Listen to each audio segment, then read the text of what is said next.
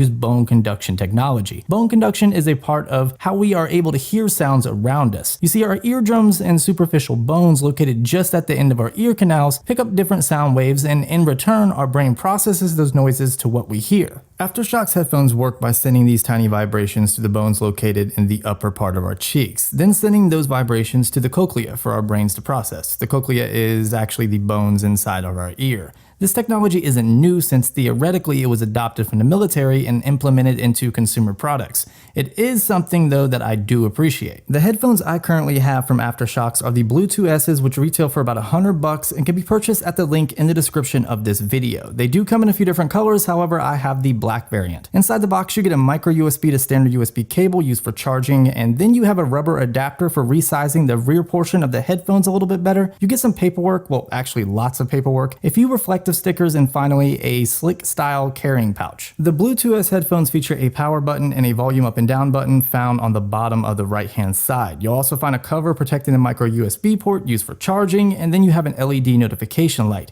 On the left hand side you're going to find another button with a vibration type icon on it. This is used for playing, pausing, skipping, reversing, and accessing your voice assistant. The overall build quality is pretty solid. They're made of a glossy plastic which does hold up good in the durability department but does show fingerprints. Unfortunately they do have a bit of heft to them for Bluetooth headphones, and this does affect the comfort level, and I'll cover that in just a bit. They are IP55 certified, making them sweat resistant and somewhat water resistant when it comes to rain. Just don't jump in the pool with these and you'll be fine. Setup is simple. It's the same typical process that almost all other Bluetooth headphones require. The only difference is Aftershok's uses a voice assistant named Audrey Says. This guides you through the pairing process, gives you updates on your battery, and assists you with playing music or talking on the phone. Not 100% sure why they named this feature since most other Bluetooth headphones have a similar feature, but nonetheless it is useful for the most part. Oh, and they are compatible with either iOS, Android, or Windows devices. For call quality, the Bluetooth S's have dual noise canceling microphones which work relatively good, although definitely not perfect or as good as a dedicated Bluetooth earpiece such as something from Jawbone.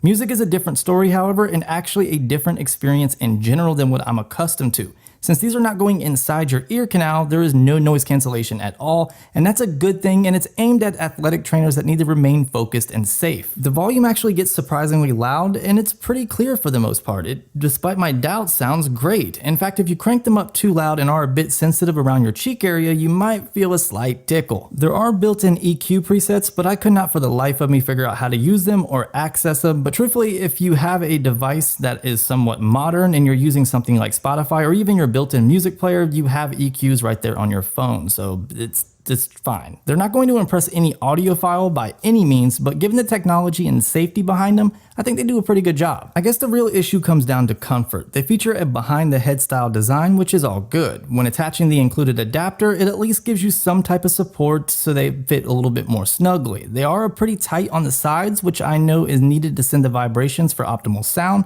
but it can seem a bit uncomfortable at times. There's no padding located in the ear hooks, which result in hard plastic resting on top of the crevices of your ears. If you add the extra weight of these headphones plus use them for extended periods of time, it can result in a headache. For a workout session lasting between 45 to 60 minutes, you should be okay. The good news is these things really grip your head like Shaq can grip a basketball. I mean, you don't have to worry about these things flying off or falling off when you're running, jumping, climbing, or rolling. Battery is pretty decent on these too. According to the manufacturer specs, you get 10 days of standby and 6 hours of continuous usage.